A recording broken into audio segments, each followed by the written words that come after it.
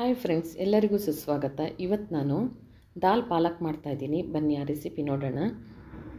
ನಾನು ದಾಲ್ ಪಾಲಕ್ ಮಾಡೋದಕ್ಕೆ ನಾನಿಲ್ಲಿ ಒಂದು 3 ಟೇಬಲ್ ಸ್ಪೂನ್ನಷ್ಟು ತೊಗರಿಬೇಳೆ, 3 ಟೇಬಲ್ ಸ್ಪೂನ್ನಷ್ಟು ಹೆಸರು ಬೇಳೆ, 3 ಟೇಬಲ್ ಸ್ಪೂನ್ನಷ್ಟು ಮಸೂರು ದಾಲ್ ಹಾಕೋತಾ ಇದ್ದೀನಿ.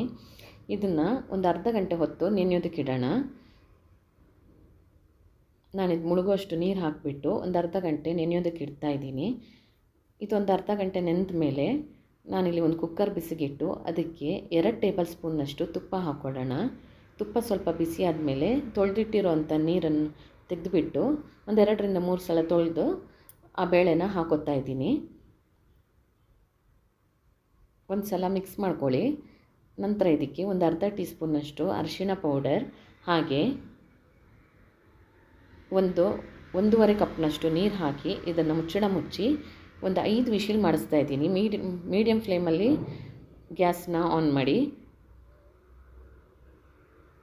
ಚೆನ್ನಾಗಿ ಸಾಫ್ಟಾಗಿ ಬೇಯುತ್ತೆ ಅಷ್ಟೊತ್ತಿಗೆ.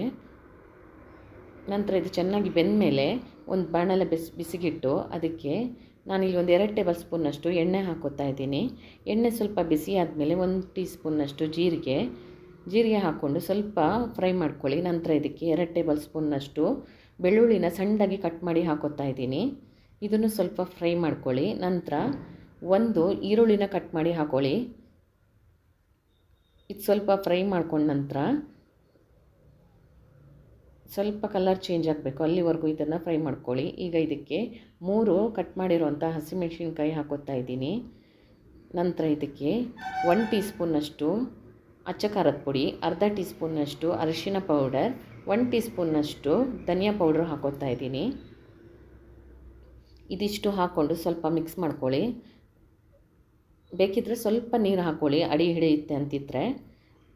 ನಂತರ ಇದಕ್ಕೆ ಕಟ್ ಮಾಡಿರೋಂಥ 2 ಟೊಮೊಟೊನ ಹಾಕೋತಾ ಇದ್ದೀನಿ. ಹಾಕ್ಕೊಂಡು ಚೆನ್ನಾಗಿ ಒಂದು ಸಲ ಮಿಕ್ಸ್ ಮಾಡ್ಕೊಳ್ಳಿ. ಈಗ ಇದಕ್ಕೆ ರುಚಿಗೆ ಬೇಕಾದಷ್ಟು ಉಪ್ಪು ಹಾಕ್ಕೊಳ್ಳೋಣ. ಉಪ್ಪು ಹಾಕ್ಕೊಂಡ್ರೆ ಚೆನ್ನಾಗಿ ಸಾಫ್ಟ್ ಆಗುತ್ತೆ ಟೊಮೊಟೊ ಎಲ್ಲ. ಹಾಕ್ಕೊಂಡು ಚೆನ್ನಾಗಿ ಒಂದು ಸಲ ಮಿಕ್ಸ್ ಮಾಡ್ಕೊಳ್ಳಿ. ಟೊಮೊಟೊ ಚೆನ್ನಾಗಿ ಸಾಫ್ಟ್ ಆಗೋವರೆಗೂ ಇದನ್ನು ಬೇಯಿಸ್ಕೋಬೇಕು. ನಂತರ ಇದಕ್ಕೆ 1 ಕಟ್ಟು ಪಾಲಕ್ ಸೊಪ್ಪನ್ನು ಸಣ್ಣದಾಗಿ ಕಟ್ ಮಾಡಿ ಹಾಕೋತಾ ಇದ್ದೀನಿ.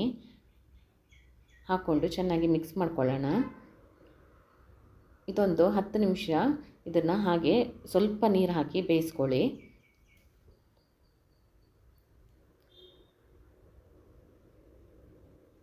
ಈಗ 3/4 ಭಾಗ ಬೆಂದಿದೆ. ಈಗ ಇದಕ್ಕೆ ಬೇಯಿಸಿಟ್ಟಿರೋಂತಹ ಬೇಳೆನ ಹಾಕ್ಕೊಳ್ಳೋಣ.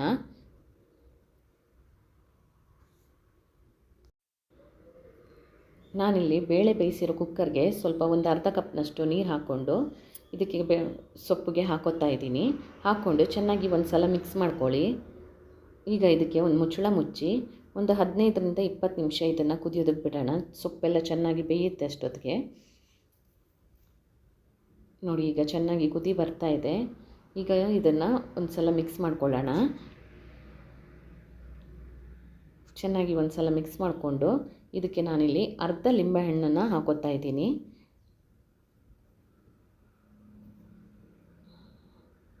ಅರ್ಧ ಲಿಂಬೆಹಣ್ಣು ಹಾಕ್ಕೊಂಡು ಕೊನೆಗೆ ಸ್ವಲ್ಪ ಕೊತ್ತಂಬರಿ ಸೊಪ್ಪು ಹಾಕಿದ್ರೆ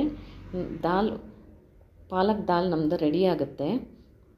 ನಂತರ ಇದಕ್ಕೊಂದು ಒಗ್ಗರಣೆ ರೆಡಿ ಮಾಡ್ಕೋಬೇಕು.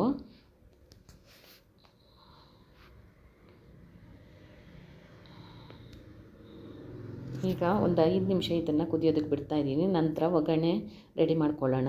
ನಾನಿಲ್ಲಿ ಒಗ್ಗರಣೆ ರೆಡಿ ಮಾಡ್ಕೊಳ್ಳೋದಕ್ಕೆ ಒಗ್ಗರಣೆ ಪ್ಯಾನ್ಗೆ ಒಂದು 2 ಟೀ ಸ್ಪೂನ್ನಷ್ಟು ತುಪ್ಪ ಹಾಕ್ಕೊಂಡಿದ್ದೀನಿ. ಈಗ ಇದಕ್ಕೆ ಒಂದು ಅರ್ಧ ಟೀ ಸ್ಪೂನ್ನಷ್ಟು ಜೀರಿಗೆ, ಹಾಗೆ 1 ಕಟ್ ಮಾಡಿರೋಂಥ ಒಣಮೆಣಸಿನ್ಕಾಯಿ ಹಾಕ್ಕೊಂಡಿದ್ದೀನಿ. ಒಂದು ಅರ್ಧ ಟೀ ಸ್ಪೂನು ಅಚ್ಚ ಖಾರದ ಪುಡಿ, ಹಾಗೆ ಸ್ವಲ್ಪ ಹಿಂಗೆ ಹಾಕ್ಕೊಳ್ಳೋಣ. ಇದನ್ನು ದಾಲ್ಗೆ ಮಿಕ್ಸ್ ಮಾಡಿಕೊಂಡ್ರೆ ಪಾಲಕ್ ದಾಲ್ ರೆಸಿಪಿ ರೆಡಿ ಆಗುತ್ತೆ. ಇದನ್ನು ವೈಟ್ ರೈಸ್ ಜೊತೆ ಸರ್ವ್ ಮಾಡಿ ತುಂಬಾ ಟೇಸ್ಟಿಯಾಗಿರುತ್ತೆ. ಈ ರೆಸಿಪಿ ನಿಮಗೆ ಎಲ್ಲ ಇಷ್ಟ ಆಗಿದ್ದರೆ ಈಗಲೇ ಒಂದು ಲೈಕ್ ಮಾಡಿ, ಶೇರ್ ಮಾಡಿ, ಹಾಗೆ ನಮ್ಮ ಚಾನಲ್ನ ಸಬ್ಸ್ಕ್ರೈಬ್ ಮಾಡಿ. Thank you for watching.